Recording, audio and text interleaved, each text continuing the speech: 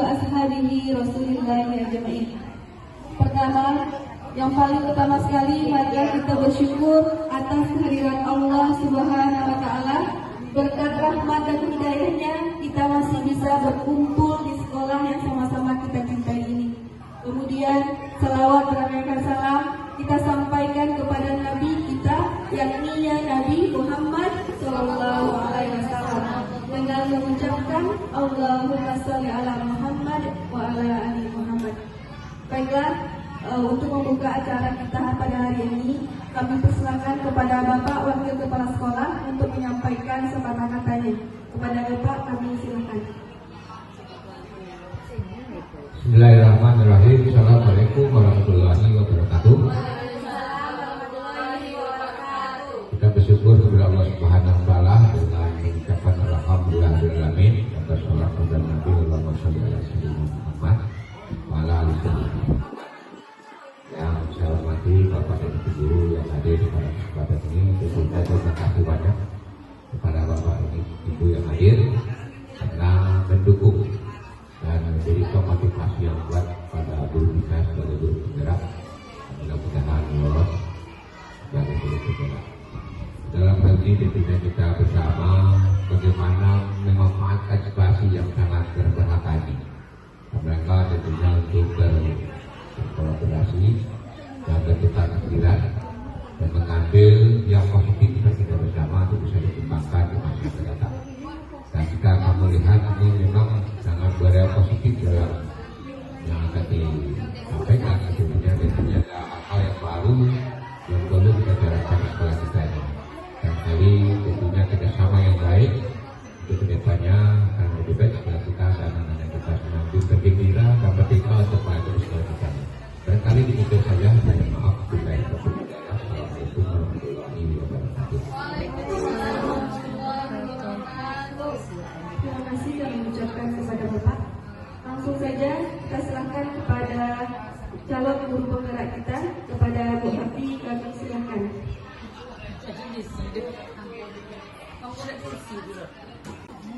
Bismillahirrahmanirrahim. Assalamualaikum warahmatullahi wabarakatuh.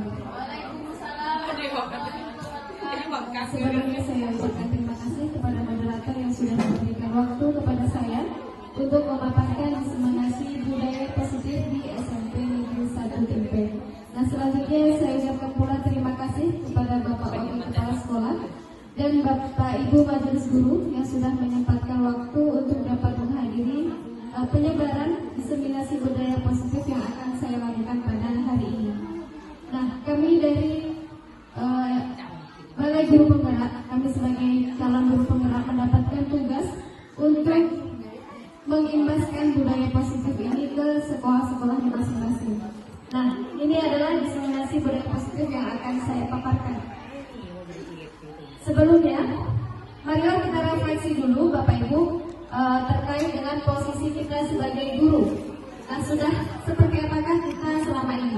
Pertanyaan pertama adalah, apakah Bapak Ibu setuju bila pemberian hukuman dapat mendisiplinkan siswa? Mari kita ingat-ingat kembali apa yang sudah kita lakukan selama kita menjadi guru, apa tindakan yang sudah kita lakukan. Nah, apakah kira-kira pemberian hukuman ini dapat mendisiplinkan siswa? Nah, itu adalah pertanyaan pertama. Pertanyaan kedua, pemberian hadiah meningkatkan prestasi siswa. Saya yakin kita semua rasanya sudah memang menggunakan ini. Saya sendiri pun juga dengan niat untuk dapat meningkatkan potensi siswa. Nah, yang ketiga, guru harus mampu memberikan solusi untuk setiap siswa yang bermasalah. Nah, apakah guru itu sumber solusi? Nah, itu pertanyaan yang harus kita refleksikan ke diri kita masing-masing. Nah, yang keempat, guru berperan sebagai teman bagi siswa. Nah, ada jargon. Kadang ketika kita di dalam posisi guru ini, kita hadik dia melawan, kita pukul dia lebih keras. Nah, maka kita sekarang banyak yang menggunakan posisi sebagai teman untuk melakukan pendekatan kepada peserta didik kita. Nah, apakah ini benar? Nanti akan terjawab setelah melakukan atau menyimak bagaimana budaya positif yang akan saya terangkan.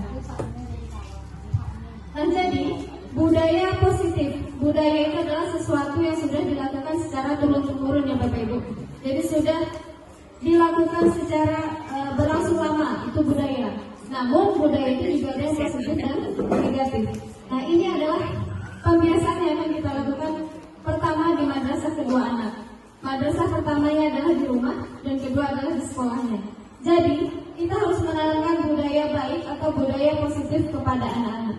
Nah, budaya positif ini adalah perwujudan dari nilai-nilai atau keyakinan universal yang diterapkan di sekolah. Karena sebenarnya nilai-nilai ini sudah kita ketahui. Kita sudah tahu batas ini baik, ini buruk, kita sudah paham. Hanya saja bagaimana menerapkannya di dalam proses pendidikan itu memang masih sulit.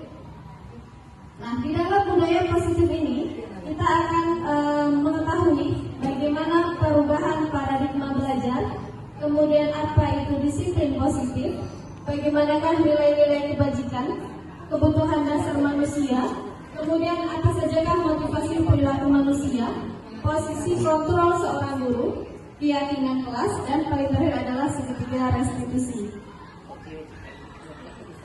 Seperti yang kita ketahui, paradigma itu adalah artinya keyakinan.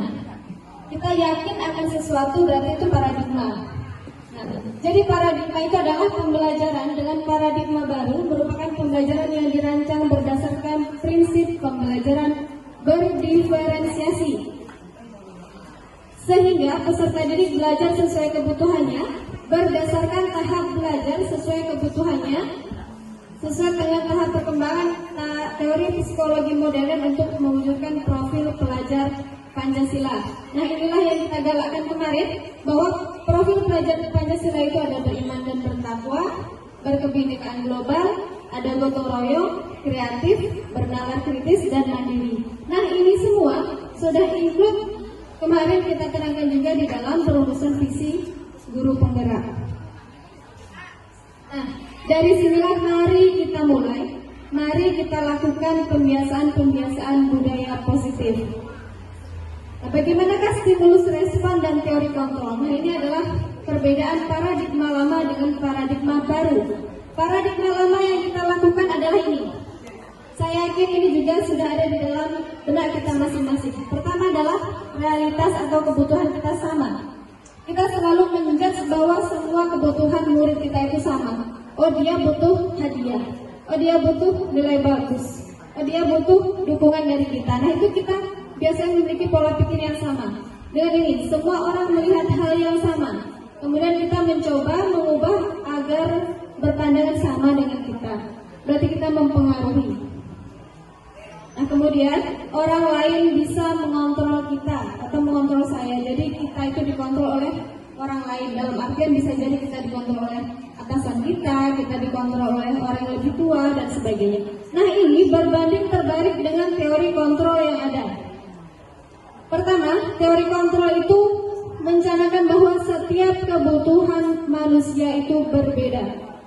Itu pula yang diungkapkan oleh Ki Hajar Dewantara, bahwa setiap anak itu memiliki kodrat alam dan kodrat zamannya masing-masing.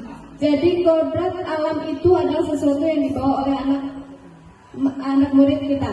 Tidak bisa kita ubah. Yang bisa adalah kita menebalkan garis merah perilaku-perilaku baiknya. Kemudian setiap orang memiliki gambaran berbeda.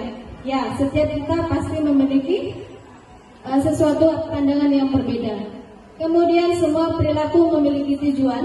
Hanya Anda yang bisa mengontrol diri Anda. Tidak bisa dikontrol orang lain. Kemudian kolaborasi.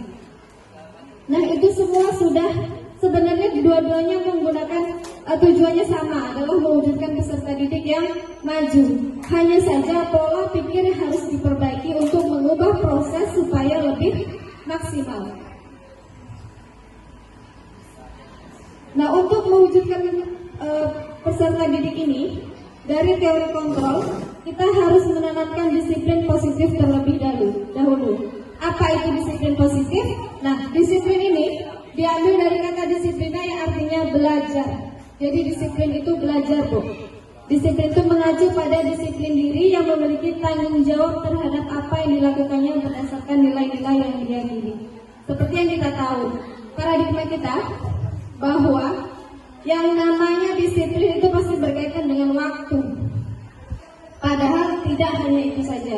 Disiplin berpakaian, menggunakan pakaian sesuai dengan harga itu juga disiplin. Kemudian kita menggunakan sesuatu sesuai dengan fungsinya itu juga disiplin. Jadi disiplin bukan hanya berkaitan dengan waktu saja. Nah, jadi sebagai pendidik tujuan kita adalah menciptakan peserta didik yang memiliki disiplin diri sehingga mereka berperilaku mengacu kepada nilai-nilai kebajikan universal dan memiliki motivasi intrinsik dalam perubahan perilaku ke arah yang lebih baik. Nah, sebelumnya nilai-nilai kebajikan ini kalau saya biasanya sering terdengar itu nilai-nilai kebaikan sebenarnya ya Bu. Lebih mudah dipahami bahwa nilai-nilai kebaikan ini adalah nilai yang disepakati secara bersama, itu terlepas dari suku, bangsa, agama maupun latar belakang yang lain. Ini adalah contoh dari nilai kebajikan institusi. Ini menurut Ibu Primarias Program, ada toleransi, rasa hormat, integritas, mandiri, menghargai dan sebagainya.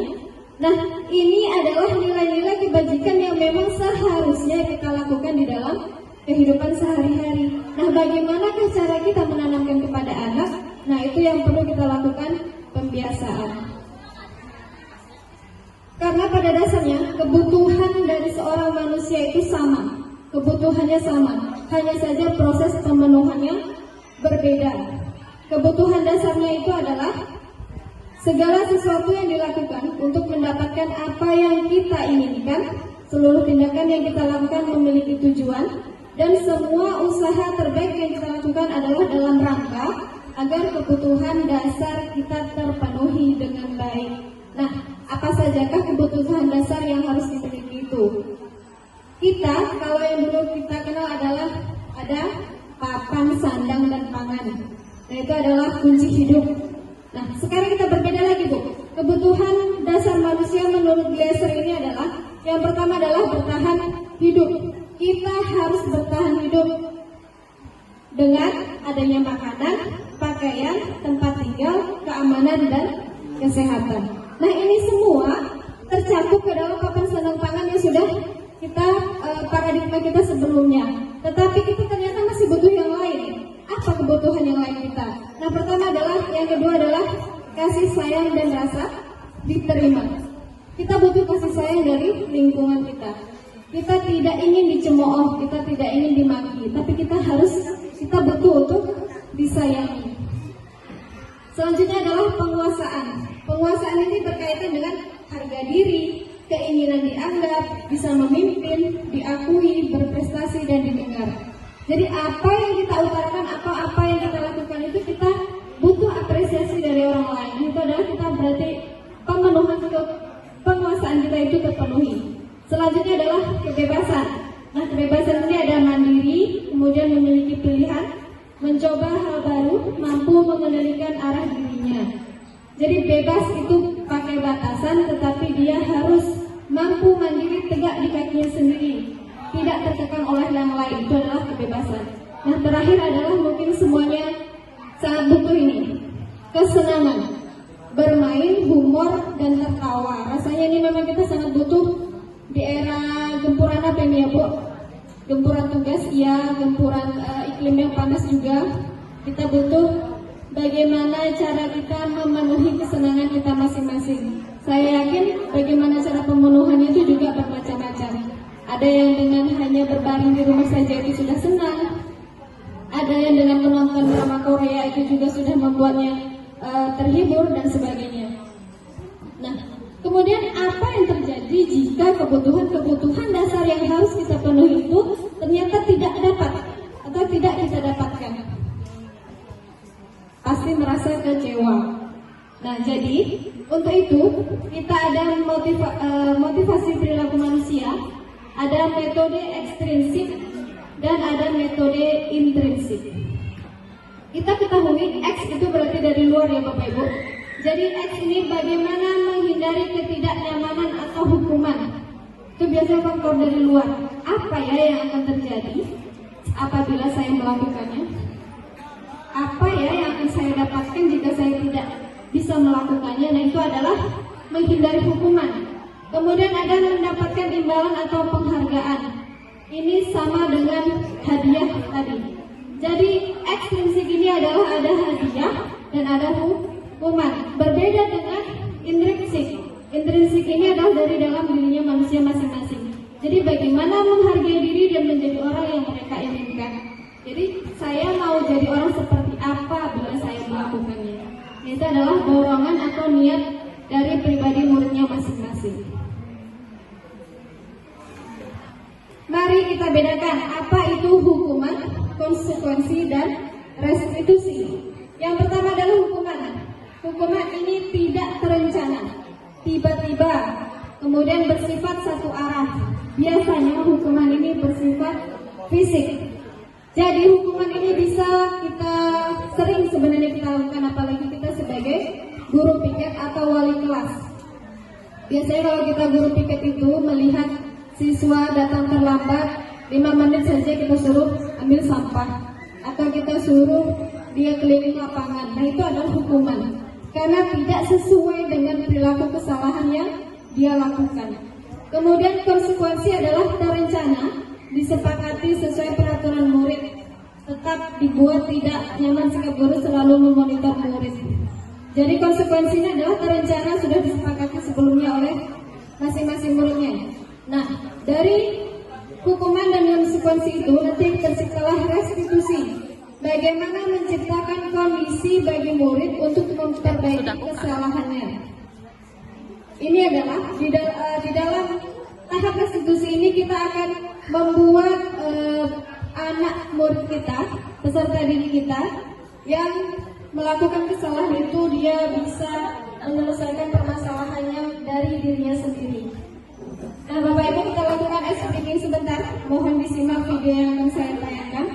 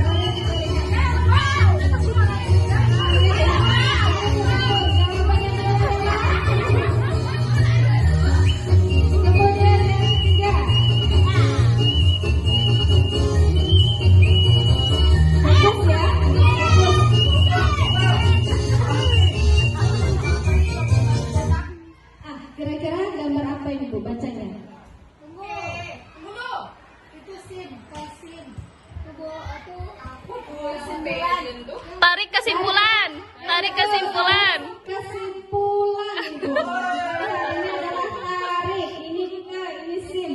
Ini bulan B diganti dengan P. Berarti kita harus menarik kesimpulan. Jadi kira-kira apa kesimpulan dari penayangan video tadi? Apa yang kita lihat belum tentu itu kenyataannya. Bagus sekali Pak Subhan.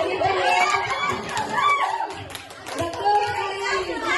Apa yang ternyata tidak sesuai dengan apa yang kita bayangkan atau kita pikirkan. Betul. Nah, kita lihat gambar yang kedua. Ebi ini Bu. Remuk. Konsentrasi kita. Fokus ke gambar anak panahnya. Saya minus Bu, nggak Tidak. Kita lihat fokus ke gendut. Iya. Kira-kira apa makna dari rekening gendut ini Bu? Bendahara selalu tahu. Jadi soal keuangannya paham. Jadi rekening ini kita berdoa semoga dengan profesi kita masing-masing membuat rekening pahala dan rekening keuangan kita menggendut ya Bapak Ibu ya. Oke, kita lanjut ke soal selanjutnya. Nah ini mari kita berlatih antara hukuman dan konsekuensi tadi. Kita lihat, lari mengelilingi lapangan basket 2 kali karena terlambat hadir di sekolah. Lari mengelilingi lapangan basket karena terlambat. Ini adalah hukuman. Kita lihat nanti hadir bagaimana hasilnya. Yang kedua, membersihkan coretan yang dibuatnya di meja tulis. Konsekuensi. Yang ketiga, murid diminta untuk push up 15 kali karena tidak menggunakan masker. Hukuman, mengganti kertas tugas teman yang telah dicoret. Konsekuensi, berjemur di lapangan basket pukul 12 siang karena mengobrol dengan teman. Hukuman, murid diminta bertelanjang kaki sepanjang hari karena tidak menggunakan sepatu warna hitam sesuai peraturan sekolah. Bertelanjang kaki sepanjang hari. Hukuman atau konsekuensi? Bagaimana budaya hukuman? Kita cek nanti budaya. Yang terakhir, berdiri di depan kelas sambil mengangkat kaki 1 karena tidak menjawab pertanyaan. Hukuman kita cek. Hukuman. Jadi ketika murid diminta bertelanjang kaki ketika dia tidak menggunakan sepatu warna hitam itu bukan konsekuensi. Konsekuensi dia pulang menjemputnya, Bu. Iya, dia pulang menjemput sepatunya. Baru itu namanya konsekuensi. Kalau dia diminta bertelanjang kaki tidak relevan. Karena dia itu kan berbeda ya, Bu, perapian dengan menyakiti kesehatan, jadi tidak sinkron. Nah kira-kira hanya ini tadi yang menjadi rancu, yang lainnya sudah benar semua. Oke, nah ini adalah kita simak video berikut.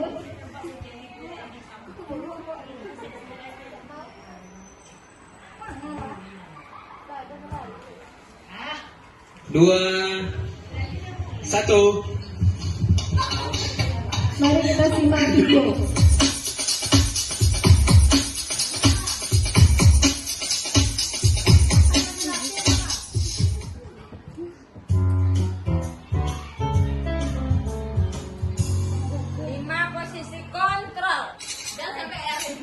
Astagfirullah.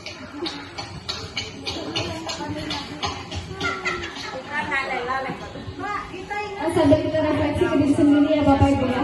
Ketika anak kita seperti ini biasanya apa yang kita lakukan? Kamu lagi.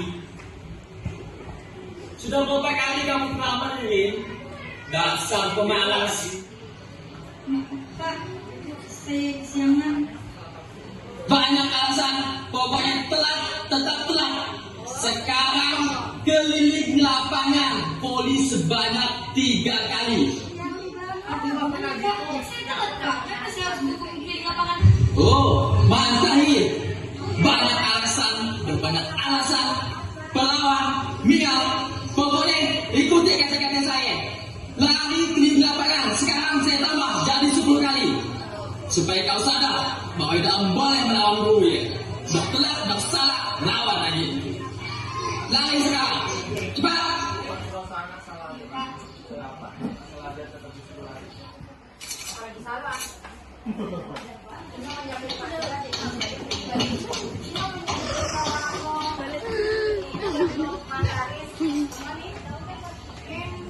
Mana? Assalamualaikum. Maaf Pak, saya telat. Ayo nanti kalau lagi kan udah berapa kali kau telat. Mungkin itu udah dipanggil waktu jadi telat. Kalau cuman kalau ujung itu, kan dipanggil lagi orang tuamu. Dan kiri kan susah menjemput ya kalau telat kau ya. Saya dari telat. Ini urusan nih, ini bukan saya ini. Kalau si wali kelas semua di gimana gak menguruskan nih? Kalau karena kakak kau terlambat karena ke tempat sekolah. Kalau aku kalau naik gimana? Kau pun nanti ya. Kagak ada telat tuh ya. Sama Pak, saya minta maaf Pak, saya janji Pak, saya dan begitu telat Pak sekolah. Salah pun lagi saya Pak, saya janji terakhir kali saya telat Pak. Yelah, saya itu udah hati lah. Bisa bilangnya adik, kalau ujung-ujungnya kan pas nanti kenaikan kelasmu, nggak naik kan kamu susah. Aku bisa tenang ya. Dan sekarang masuk.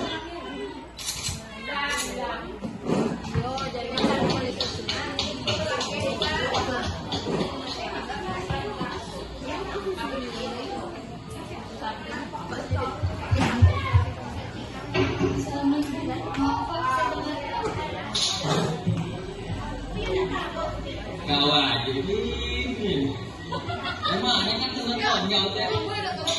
Ngerti kan kata kawan tadi semalam teh? Kan telepon akhir. Biasalah Pak, sibuk, segala deh namanya. Tugas negara ini nanti ya kau kerjakan tuh. Paling kan main yang kali aku teh, belum jalan kawan kamu. Tugas negara aku tidak sibuk tinggal teh. Sudah ya, sekarang tadi. Itulah yang terakhir kali, suka buat saya, itu terakhir kan deh. Dan jika saya terakhir saya tuh. Aduh ya janji, tapi pengetahuan tuh gimana lah? Kalau ketahuan luar jelas semua, karena bukan sekolah. Gimana kenapa Pak kami pilih? Gimana alasannya aja? Sebab apa kami bingung untuk gimana kan? Gimana caranya? Ih, bener-bener bapak sih deh, bapaknya pro gini ya.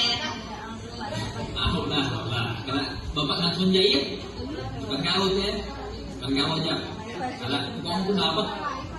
Cinta dia perasaan bapak kalah. Untuk kau, dan sebagainya berubah lagi, berubah gitu bapak. Supaya kalau lebih baik lagi, bapaknya. Selain itu lagi kalah kan bapak ngaku nih, aja. Itu masuk.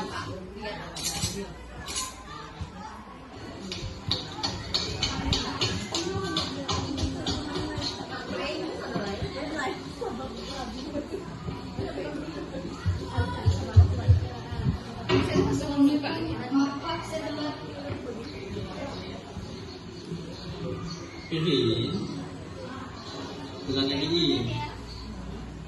Coba lihat jam berapa itu. Kau kan tahu aturannya sekolah kita. Kira-kira di sekolah kita masuk jam berapa lagi? Jam 7.45 sekolah Pak. Nah, jadi di catatan bapak tuh nampaknya kau kan lebih dari 5 kali di bulan. Nah, menurut aku kami itu lalu agak itu kalau pas dia istirahat, kalau tinggal dulu dapat tugas tambahan dari saya.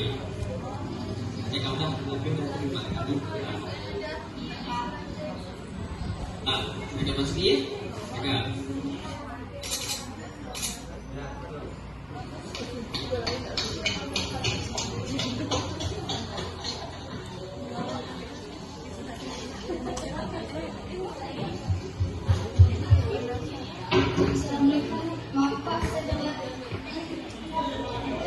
Kevin, selamat pagi.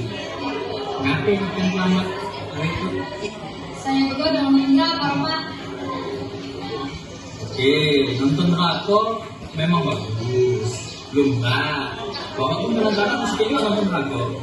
Cuman, menurutmu efek samping dari kalau nonton drakor itu apa yang jadi? Tadi tidurnya keterlaluan Pak, jadinya saya bangun siang sama di sekolah. Nah, semalam kan udah nonton drakor. Jadi menurutmu langkah itu supaya kau bisa nonton drakor, tapi jangan telat, jangan bangun kesiangan. Sehingga kau jangan bangun ke sekolah. Kira-kira menurutmu gimana caranya? Mungkin saya yang simak drakor Sabtu Minggu Pak, karena di sekolah. Jadi, bagi nonton drakor memang bagus, cuman masih itu sebenarnya sehingga dengan waktu yang kau lakukan tadi Diminta lah kak, kan dulu udah minta. cuman masih waktu. Nah, itu boleh. Nah, baik dari beberapa video yang sudah kita tayangkan tadi, itu adalah posisi kontrol yang ada pada guru. Yang pertama adalah penghukum, ada pembuat rasa bersalah, kemudian ada teman, pemantau, dan manajer. Nah, dari atas ke bawah ini sebenarnya sudah mulai diatur melakukan perbaikan. Penghukum, rasanya ini dari dulu sampai sekarang masih ada juga yang melaksanakan ini. Kemudian lebih halus lagi, kita biasanya sebagai guru itu mendekati murid dengan pembuat merasa bersalah.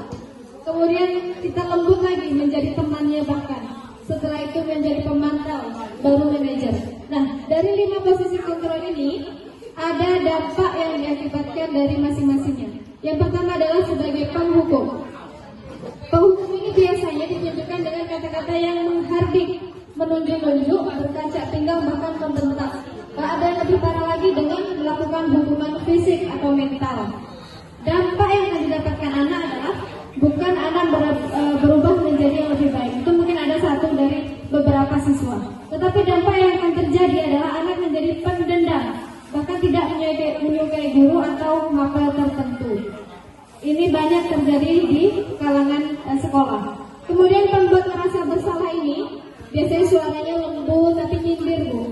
Suaranya lembut namun menyalahkan siswa atau bahkan menyalahkan diri kita sebagai guru agar peserta didik jerah. Intinya itu yang kita inginkan. Padahal dampaknya siswa malah menjadi merasa rendah diri dan menarik diri dari lingkungannya. Nah, ketiga, sebagai teman, guru bersikap ramah, cenderung banyak bercandanya seperti yang terlihat di dalam video tadi. Dampaknya adalah murid bergantung pada satu orang, kemudian membuat merasa bersalah.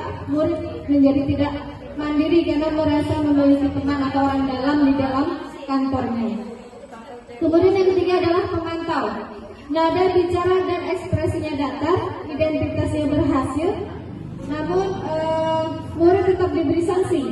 Jadi dampaknya adalah murid akan menghitung hadiah atau hukuman yang diberi tanpa melihat nilai kebajikan. Tidak nampak nilai kebajikan yang ada di dalam posisi kontrol pemantau.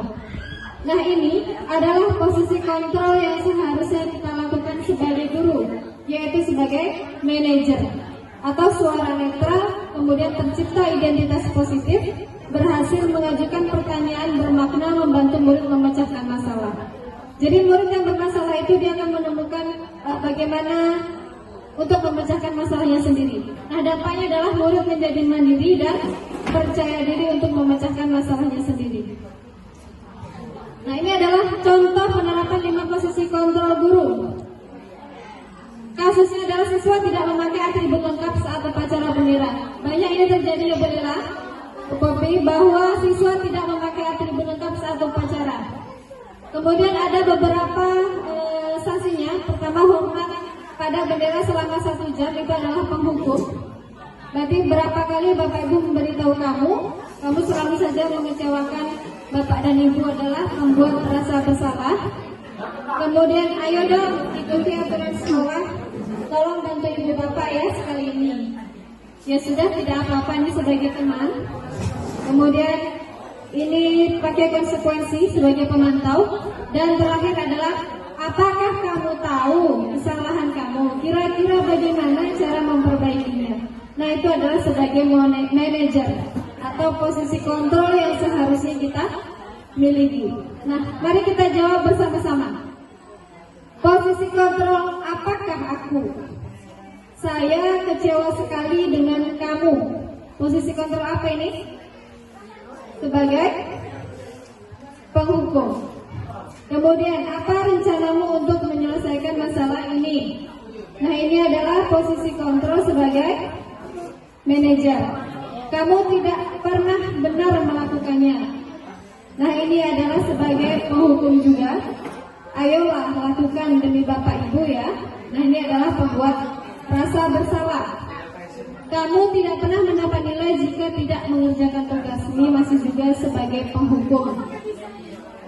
Nah, kemudian keyakinan kelas. Mengapa keyakinan kelas? Mengapa bukan peraturan kelas? Karena yang kita tahu bahwa di sekolah kita biasanya memakai peraturan yang harus ditaati. Nah, jadi keyakinan kelas itu adalah nilai-nilai kebajikan atau prinsip universal yang disepakati bersama. Jadi nilai kebajikannya ada di dalam keyakinan kelas yang dibuat. Prosedur pembentukannya, yang pertama adalah mempersilahkan merancang ide tentang peraturan yang disepakati, kemudian mencatat, kemudian mengganti kalimat. Lalu setelah itu tinjau kembali curahan yang terkumpul menjadi keyakinan sekolah. Baru nanti disepakati dan ditandatangani oleh wali kelasnya masing-masing atau bersama dengan murid yang lain. Nah, ini adalah bentuk contoh dari keyakinan kelas. Jadi di dalam keyakinan kelas ini nampak langsung kata-katanya, harusnya seperti itu. Nah, di dalam yang pemecahan masalah ini ada namanya segitiga restitusi atau suatu proses dialog yang dijalankan oleh guru agar dapat menghasilkan murid yang mandiri dan bertanggung jawab. Ada 3 langkah. Yang pertama adalah menstabilkan identitas, kemudian validasi tindakan yang salah, dan menanyakan keyakinan. Di dalam keadaan menstabilkan identitas ini, jadi berdasarkan prinsip pembuat kesalahan adalah bagian dari proses pembelajaran. Jadi kita normalkan dulu. Kita buat anak senyaman mungkin agar dia mau paham apa yang sudah dilakukannya. Baru kita validasi tindakan kesalahannya. Apa yang sudah dilanggarnya? Nilai apa yang belum terpenuhi? Kemudian apa yang kira-kira membuat dia melakukan kesalahan itu? Nah, baru kita lakukan menanyakan keyakinan. Mau jadi orang seperti apa? Langkah apa yang harus dilakukan? Nah, kira-kira seperti itu. Nah, ini adalah contoh validasi, contoh penerapan segitiga restitusi. Sebelumnya saya juga sudah melakukannya, tapi karena kita dalam keadaan latihan ramen dan terdengar kurang jelas, maka saya hadirkan ini sebagai contoh bagaimana cara kita menangani kasus anak, baik kita sebagai guru mata pelajaran, wali kelas, atau guru BK sekalipun. Nah, ini adalah bagaimana cara kita menangani masalah yang ada di pada anak kita. Ibu juga pasti akan berbuat hal yang sama. Lalu, apa yang kamu lakukan terhadap Dika? Saya marah-marah, Bu. Saya maki-maki Dika. Dan tanpa sadar saya mengobrak mejanya, Bu. Oh, begitu. Pasti kamu berbuat seperti itu ada alasannya ya? Iyalah, Bu. Masa saya diam saja? Saya kan sudah susah payah mengajarkan soal. Tapi Dika hanya mencontek. Tidak mau berusaha sendiri. Ya, wajarlah kalau kamu merasa marah karena tidak rela pekerjaanmu dicontek begitu saja oleh Dika. Ibu sangat menghargai tindakan kamu yang tidak berbuat lebih buruk daripada itu, misalnya memukul. Sekarang coba kita pikirkan, tindakan kamu marah sampai menggebrak meja, apakah sesuai dengan keyakinan kelas kita? Menurut kamu, keyakinan kelas apa yang sudah dilanggar? Saling menghormati antar teman. Ya, betul. Menurut kamu, saling menghormati antar teman itu penting tidak untuk kamu? Baik, kalau menurut kamu itu penting, jadi keyakinan apa yang harus kamu lakukan pada saat kamu sedang marah? Harus lebih sabar. Kamu bersedia memperbaiki masalah ini? Bersedia, Bu. Apa yang akan kamu lakukan untuk memperbaiki masalah ini? Saya harus lebih bersabar dan menahan amarah saya. Kalau ada teman yang mencontek, saya akan melaporkan kepada guru mata pelajaran atau wali kelas saya. Ya, tepat sekali tindakan kamu, Mina. Tetap semangat ya. Sekarang silahkan kembali ke kelas. Terima kasih, Bu. Ya, sama-sama. Ini hanya simulasi ya, Bu. Simulasi bagaimana cara kita menerapkan segitiga restitusi kepada peserta didik kita yang melakukan sebuah pelanggaran atau kesalahan. Nah, jadi pada intinya adalah kita tidak boleh menjudge anak seperti apa yang kita dengar atau kita lihat saja.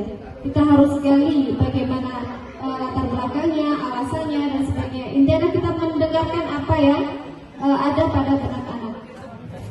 Nah, jadi apapun perubahan kecil itu, jika setiap guru melakukannya secara serentak, kapal besar bernama Indonesia ini pasti akan bergerak. Nah, ini adalah cuplikan dari pernyataan Nadiem Makarim. Nah, salah satu penerapan budaya positif ini kalau kita terapkan akan mampu membuat perubahan di sekolah kita, perlahan tetapi pasti. Nah, kira-kira hanya itu yang bisa saya sampaikan kepada Ibu. Apakah ada yang belum paham atau ada yang ingin ditanyakan? Baik, terima kasih atas segala perhatian dan waktu yang sudah diberikan. Maaf bila ada kesalahan. Saya akhiri. Hadanallah wa yakum. Wassalamualaikum warahmatullahi wabarakatuh. Waalaikumsalam warahmatullahi wabarakatuh.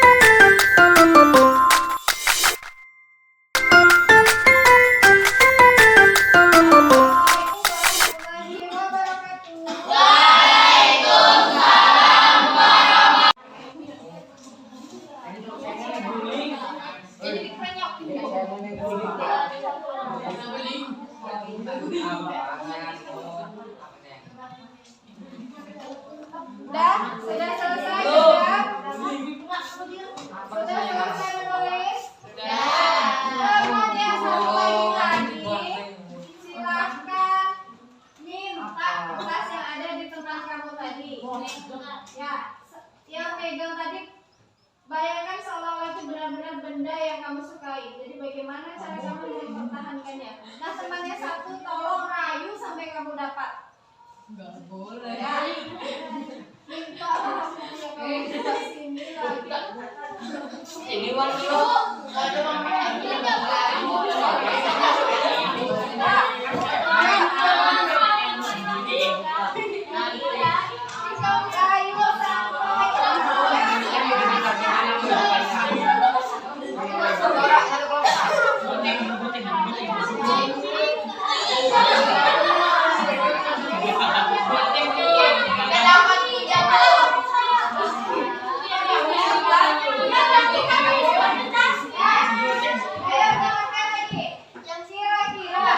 boleh nggak barang yang kamu simpan itu diminta oleh teman kamu? Nah, sekarang kita lihat keyakinan kelas. Keyakinan. Jadi kalau keyakinan itu dari kata dasar apa? Kata dasar keyakinan itu adalah yakin.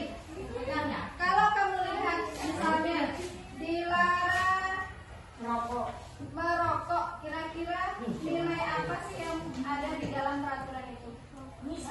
Nilai apa? Nilai apa? Nilai kesehatan, bagus sekali. Nilai kesehatan.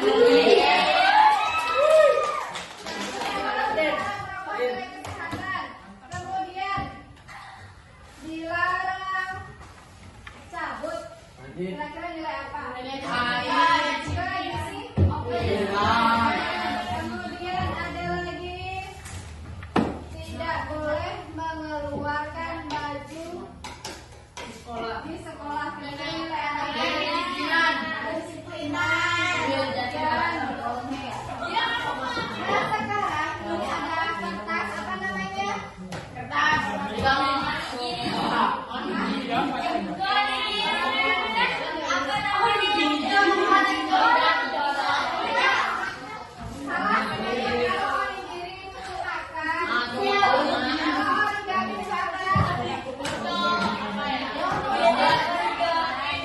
Untuk membuat bentuk-bentuk, ini namanya sticky note. Ya, sticky note ya. Jadi nanti masing-masing kamu tulis sebuah peraturan yang ingin kamu lakukan di dalam kelas supaya kelasnya kita buat dulu, nak yakin dulu apa yang ingin kita lakukan. Silakan nanti satu orang tulis ya. Ini kalau seandainya nanti ada 2 atau 3 boleh minta kertas lagi. Satu kertas ini satu pendapat. Ya, kalau 2 boleh minta lebihnya lagi. Oke, tangan yang disebut ya.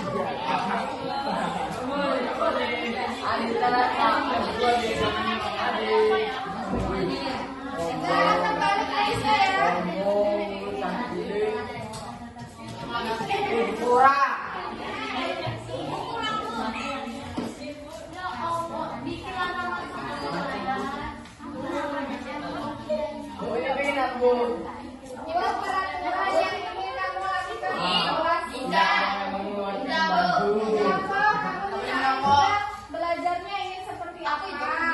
Gurunya pengennya seperti apa? Misalnya saya ingin pelajaran yang menyenangkan. Atau saya ingin Ibu,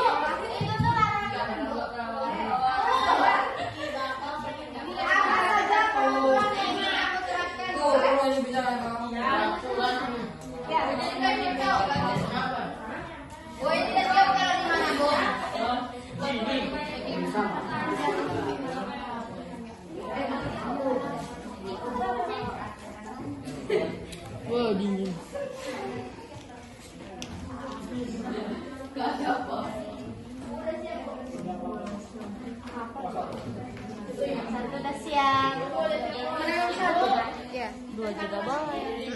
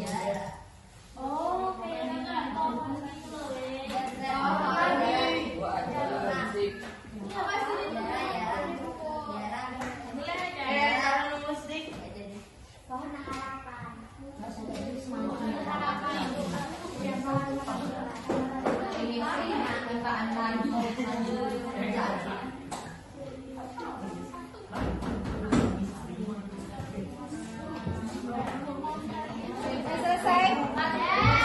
Sekarang silakan tempelkan di bagian ranting-ranting ini ya nak.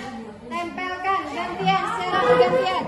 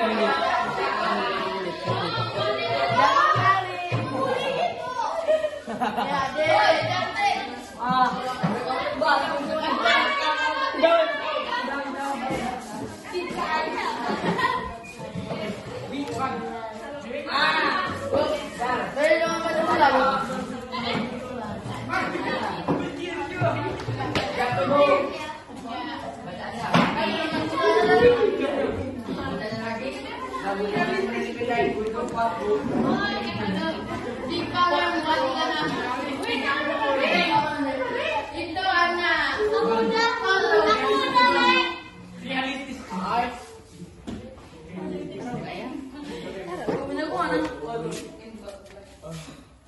Ranting di atas masih ada yang kosong.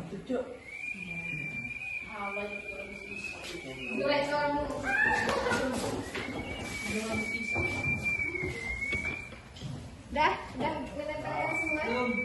Sekarang kita lihat dulu. Pertama, tidak boleh merokok. Oke, bagus. Tidak berisik. Bermain sambil kuis, kelasnya dibersihkan. Siang, yang tidak merokok. Ini kita jadikan satu ya, Nak? Ya. Tidak boleh merokok. Ya. Belajar dengan tenang. Aib. Menghargai bagus.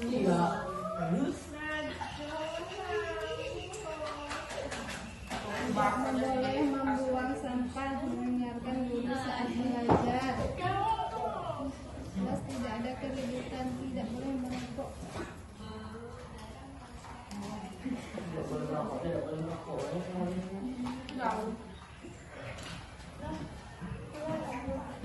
Tidak boleh dilarang bajunya keluar, dilarang bergelut. Bergelut ini apa, Nak? Berantem. Bergelut. Merokok. Tidak boleh pakai sinyal.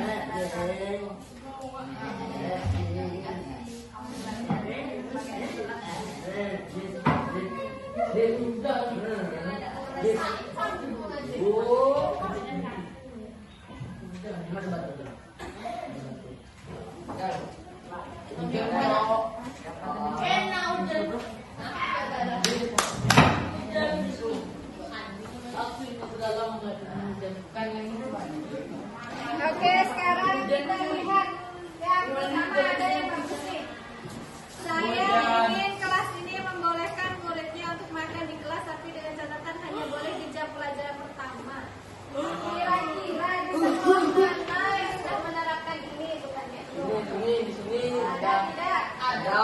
Nah, gunanya peraturan itu sesuatu untuk memajukan diri kita sendiri. Nah, kalau kamu makan di jam pelajaran dan kamu tidak hari guru yang masuk, ada guru yang masuk bawa makanan? Ada. Ada. Siapa sebutkan namanya? Gak boleh kamu nggak bertanggung jawab ya, Nak? Tidak ada guru yang masuk membawa makanan. Nah, itu juga harus kamu terapkan. Kalau kamu mau makan, gurunya nggak makan, tega. Berbagi.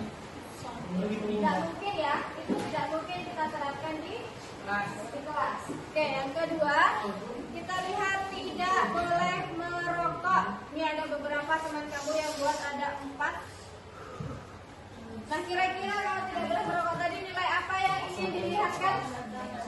Nilai kesehatan. Nah, kalau nilai kesehatan berarti keyakinan kelas kita adalah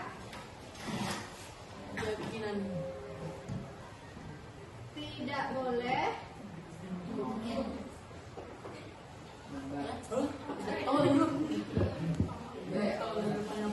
jangan merokok di mana?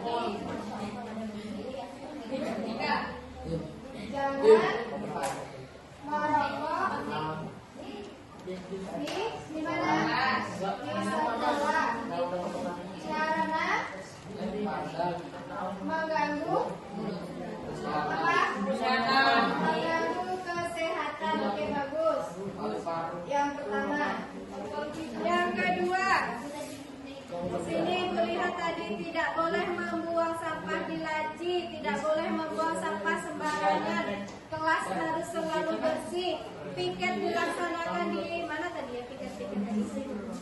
Kelas ini tidak ada nih, kelasnya dibersihkan siang belajarnya. Kelasnya dibersihkan siang belajarnya nyaman dan tenang. Nah, berarti kalau tidak boleh membuang sampah, kemudian kelas ini harus bersih. Nilai apa? Nilai keyakinan yang bisa kamu buat adalah jangan ya.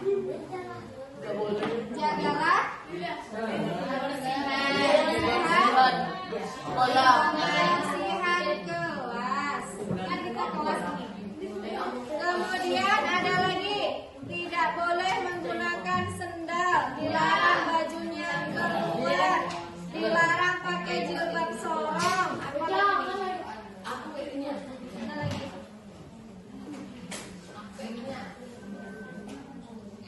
Berarti apa itu nak? Kalau jilbab sorong nggak boleh. Kemudian nilai kedisiplinan dan nilai kerapian. Berarti pakailah seragam sesuai peraturan sekolah. Jadi peraturan sekolah sudah tahu ya nak. Jadi nggak boleh lagi pakai jilbab sorong. Kemudian ada lagi, tidak boleh ribut dalam belajar. Menjelaskan materi diberikan kepada saya ingin belajar dengan serius. Tidak boleh belajar berisik. Mendengarkan guru saat belajar. Kemudian masuk menjelaskan materi terlebih dahulu. Nah, berarti berkaitan dengan apa? Dengan apa? Nilai apa kira-kira kalau ingin belajar? Kedisiplinan, sikap. Oke, bagus. Jadi kalau ingin belajar yang menyenangkan itu di sini berarti ingin belajar menyenangkan. Terakhir ada satu orang yang membuat apa tadi ya? Menghargai. Siapa tadi yang buat nak? Saya ingin kelas ini saling menghargai. Bagus sekali. Saling menghargai. Nah, ini adalah kesepakatan kelas kamu. Jadi di kelas ini secara bersama-sama kamu sudah menunjukkan bahwa kamu ingin tidak ada yang merokok. Ya, tidak ada yang merokok. Kemudian harus menjaga kebersihan, harus memakai baju sesuai dengan aturan sekolah, ingin belajar yang menyenangkan dan saling menghargai. Ada berapa poin nak? Nih? Nah, sekarang kita ubah dari kesepakatan ini menjadi kalimat positif namanya. Kalimat positif ini adalah kalimat ajakan. Ya, kalimat ajakan.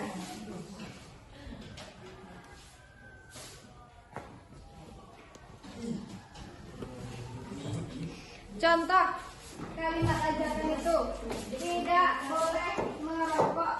Bagaimana cara kamu mengajak orang di sekeliling kamu agar tidak merokok? Kalimatnya seperti apa? Mengajak. Ayo pergi main sama aku. Mengajak kan? Ada kata-kata? Ayo main yuk.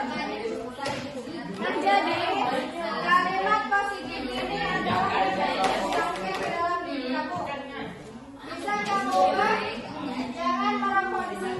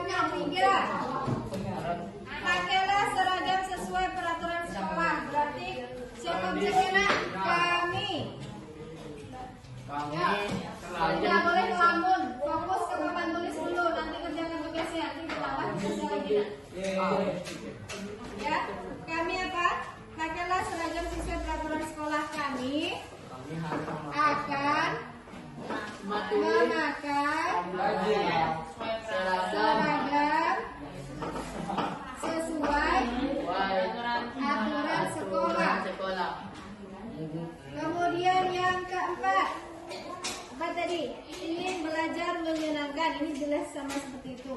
Kami ingin belajar yang menyenangkan. Yang terakhir, yang kelima, apa tadi? Saling menghargai. Berarti tulis lagi. Kami akan saling menghargai.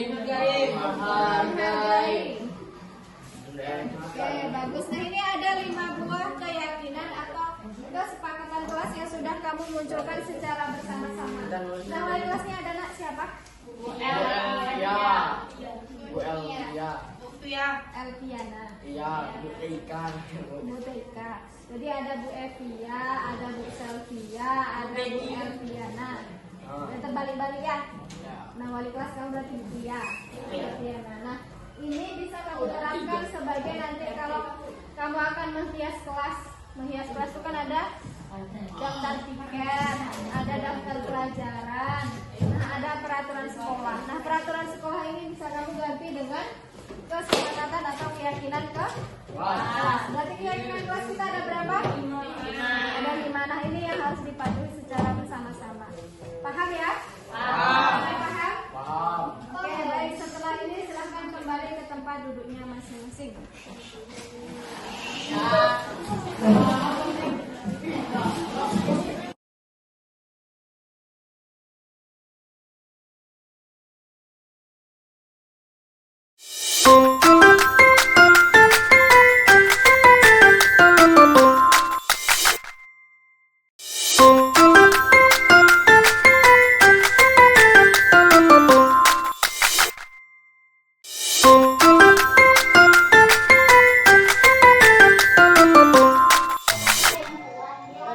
Nadifa, tadi Ibu dengar laporan dari ketua kelas, katanya Nadifa habis bertengkar, iya?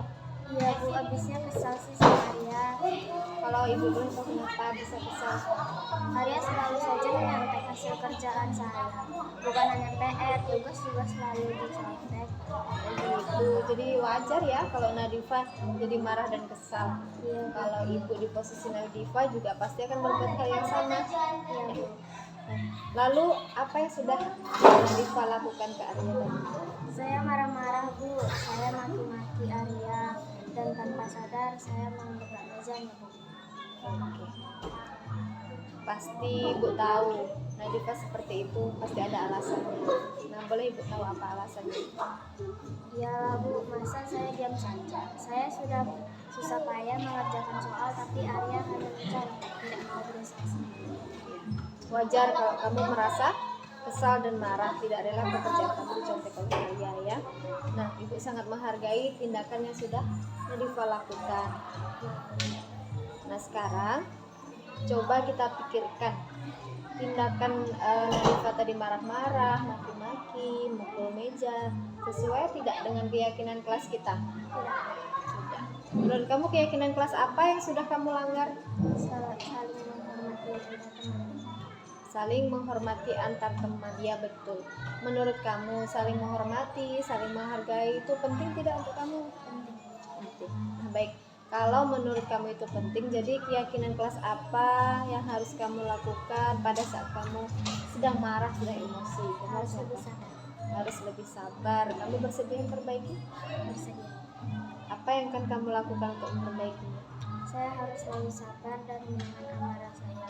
Kalau ada teman yang mencontek saya akan melaporkan kepada guru, mata pelajaran atau ibu sebagai wali kelas saya. Tepat sekali tindakan yang sudah Nadifa lakukan. Jadi tetap semangat ya. Jadi yang pertama harus lebih sabar. Kalau ada yang mencontek lagi laporkan ya. Kalau tidak dengan guru mata pelajaran boleh dengan wali kelas yang masing-masing. Sama-sama.